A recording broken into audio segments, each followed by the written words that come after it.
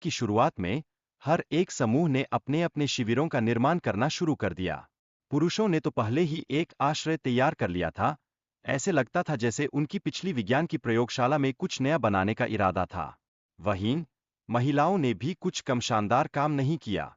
अगर आप सोच रहे हैं कि शिविर का निर्माण और किचन में खाना बनाना एक जैसा है, तो यकीन मानिए ये टॉप सीक्रेट है। चुनौती के दौरान दोनों पक्षों ने इस बात पर रणनीति बनाई कि भोजन और पानी के संसाधनों का प्रबंधन कैसे किया जाए। महिलाओं ने तो अपने भोजन को बचाने के लिए एक गुप्त योजना बनाई, जिसमें कुछ सदस्यों को बाहर भेजने की बात चल रही थी। अरे भाई, यह तो वही बात हुई कि अगर तुम खाओगे तो मैं क्यों नहीं। चुनौती के दहाड़ने के दिन प्रतियोगिता में एक नया मोड़ आया। अब पुरुषों और महिलाओं को एक दूसरे के खिलाफ प्रतिस्पर्धा करनी थी। यह ऐसा था जैसे शेर और शेरनी को एक ही पिंजरे में डाल दिया गया हो। अब देखना यह था कि कौन किसका कड़ा प्रतिद्वंदी बनेगा। प्रतियोगियों को एक नेता चुनने का कार्य भी सौंपा गया, जो अगले घंटे में चौराहे पर मिल सके। यह निर्णय उनकी रणनीति को पूरी तरह से हिला सकता था, जैसे कि आपका अलार्म बजने पर सुबह की नींद। कोई तो यह बताने वाला था कि हे भाई, तुम तो बस सुनाई दे रहे हो, दिखते नहीं। महिलाओं की टीम ने अपने पहले आर्चरी मुकाबले में शानदार प्रदर्शन किया और उनकी आत्मविश्वास में बूस्ट मिल गया। यह तो ऐसा था जैसे उन्होंने एक बार फिर साबित कर दिया कि हम भी हैं, किसी से कम नहीं। और भविष्य की चुनौतियों के लिए यह एक महत्वपूर्ण कदम था। वहीं पुरुषों की टीम को खाने की कमी का सामना करना पड़ा। यह स्थिति उनकी मनोबल पर असर डाल रही थी। ऐसे लग रहा था जैसे उनके पेट में चूहों की कर्कश आवाज सुनाई दे रही हो।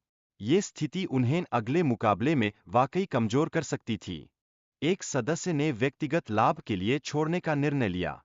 यह निर्णय समूह की स्थिरता को प्रभावित कर सकता था, जैसे कि किसी ने बोरिंग क्लास से भागने का सोच लिया हो। यह एक ऐसा निर्णय था जो पूरे समूह के लिए महत्वपूर्ण साबित हो सकता था। टीमों के बीच की प्रतिस्पर्धा ने यह दिखाया कि एकजुटता से बड़ी चुनौतियों का सामना करने में मदद मिलती है।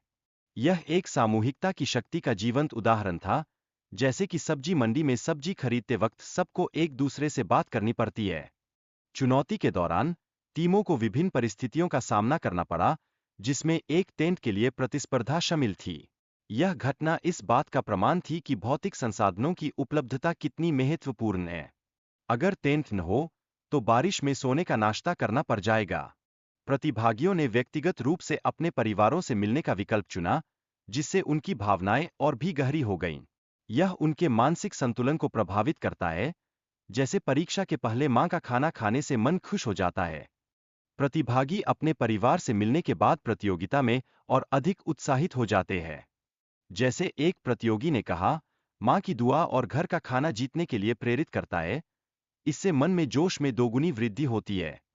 प्रतिभागियों के बीच सहयोग और प्रतिस्पर्धा का संतुलन एक बहुत महत्वपूर्ण बात है। यह चुनौती उनकी दोस्ती और एकता को परखने का मौका देती है, जैसे रूममेट के साथ एक ही बिस्तर पर सोने की चुनौती। प्रतियोगियों की रणनीतियों का महत्व एकदम साफ था, जैसे कि टीजे की आत्मविश्वास और फेडरा की टीम को जल्दी खत्म करने की योजना। यह सब वो तीर चलाने की योजना थी, जो शून्य पर निशाना लगाने के लिए होनी चाहिए। चॉकलेट के साथ खाने की योजना बनाना और उसे सही तरीके से सहेजने की चुनौती थी। यह एक ऐसा मिशन था जो व्यक्तिगत मानसिक स्वास्थ्य पर भी बड़ा असर डाल सकता था।